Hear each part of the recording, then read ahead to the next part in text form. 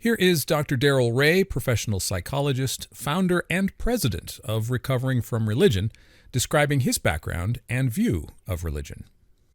I'm retired right now, but I seem to spend almost full time helping Gail run Recovering from Religion, and you and other people, of course. It's a pretty gigantic effort that I had no idea I was signing up for 12, 13 years ago. But other than that, I'm a psychologist by training and practiced clinical psychology early in my career, and then later moved into organizational psychology for the majority of my career, 30 years or so.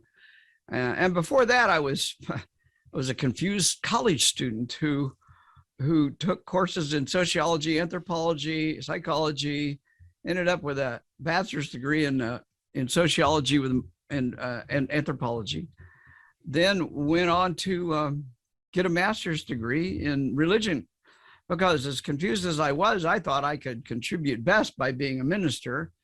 Although I was a super liberal minister and very interested I went to Scarrett College for Christian Workers because it was literally the only school in the entire nation that had what we would now call a social justice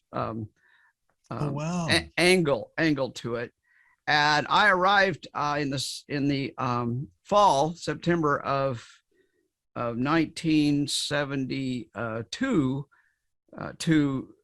to this school in Nashville, Tennessee. And within days, I'm involved in civil rights activism with my then advising professor, Dr. Bill Barnes, who was probably one of the most liberal Christians I've ever met in my life. He just died at the age of 93, I think, last year. And I never got to see him again since the mid 70s, and just tell him, I wish I could tell him how much influence he had on my life. But I was literally helping with all sorts of civil rights stuff through him. So I got this social justice angle, religious education, and thought I would become a minister to an urban minister. It's what it was called, the urban ministry, where I would be with a inner city church. I would be helping develop programs and stuff. I really didn't want to be the preacher every Sunday. I wanted to be the programmatic person, which, as you can see, I'm pretty good at. Anyway, after I got out of a 2-year master's degree, I realized most of it was bullshit.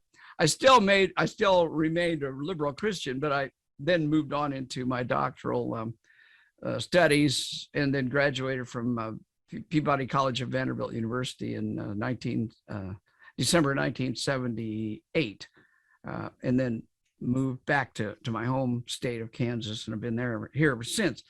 But from very early on, Eric, I was very interested in religion, and I also had inklings of how religion hurt people, because it actually hurt me. I'm not going to claim that my story is nearly as bad as the stories that come to us, but I had enough understanding of what was going on there, and then later with my psychology training, to realize that religion is a real net harm in the world. I'm not going to say religion's totally bad, but it's 90% bad. That's where I'll go. Do we really want? Is really the 10% worth the pain and shame and guilt of the other 90% that almost every religion pushes? You now have something of a picture of Recovering from Religion's stance toward religion. Keep that in mind as you listen to Anthony talk about his involvement with the organization and its relationship to street epistemology. Here is Dr. Daryl Ray introducing Anthony Magnabosco. You'll then briefly hear some opening remarks from Anthony about his association with Recovering from Religion. The purpose of this video is to show a connection between Street Epistemology International, and Street Epistemology's intentional atheistic goals. I am delighted to say my good friend Anthony is our speaker today. He and I have known each other for 7 or 8 years. I lost count. It's probably could be longer than that even. I don't know. But the cool thing about Anthony is you may not know this, but Anthony has been a volunteer for Recovering from Religion for about 6 years. He and I were comparing notes, and we think it's right about 6 years. He's probably one, if not the longest serving volunteer for recovering from religion. And he does a whole lot of other things too. So I'm thrilled to have Anthony here tonight. Anthony has been a pioneer, and I've watched him every step of the way. He and I've compared notes. I've learned from Anthony. I mean, I'm a trained psychologist, and I've been doing street epistemology kinds of questioning my whole career for 30, 40 years. And I still learn from Anthony how to ask good questions. So you're in for a treat here tonight, as far as I'm concerned. I think Anthony is one of the most skilled listeners I've ever encountered outside of a few psychologists that with PhDs. And oh, by the way, Anthony beats a lot of psychologists, I think, in his listening skills. So and I'm sincere about that, Anthony. I'm not laughing it off, because you really are a very, very good listener.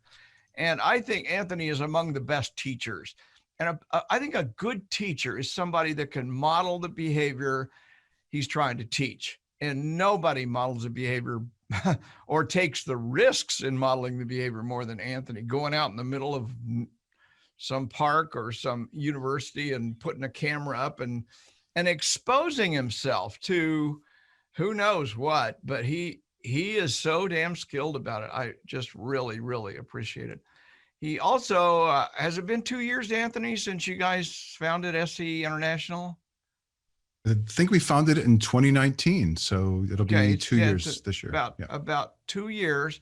He founded Street Epistemology International and has been growing that organization. He's the executive director and has a very good functional board that is worldwide, and they're teaching people all over the world how to do this. And oh, by the way, a lot of our volunteers have benefited from his teaching, from his model, from his organization. We get volunteers from SE all the time, and we send volunteers to SE all the time, because we're just very tight. There's only a couple organizations on this planet that's recovering from religion goes out of its way to try and support, and street epistemology is one of those two. The other one is Black Non-Believers with Mandisa Thomas, who's been a speaker here as well. So that's how important we think street epistemology is, and how important we think Anthony is to the effort that we're trying to do here. So with that, I'm going to say thank you, Anthony, for coming here tonight, and I really appreciate all that you've done for us, and appreciate what you're doing tonight as well.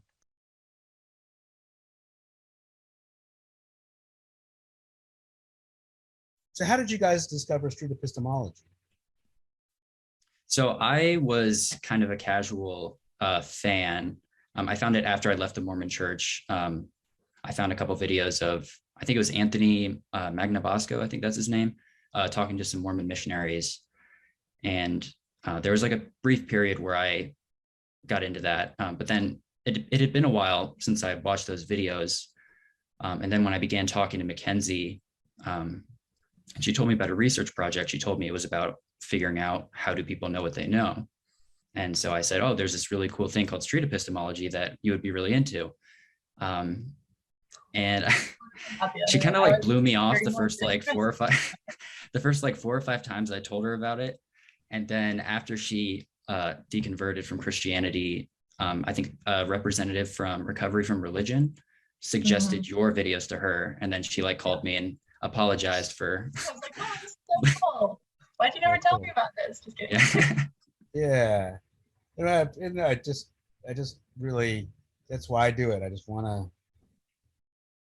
to help people really examine their own beliefs, and help people talk about them and discuss them with other people who might not share their beliefs. And I just really like that. And I really appreciate you reaching out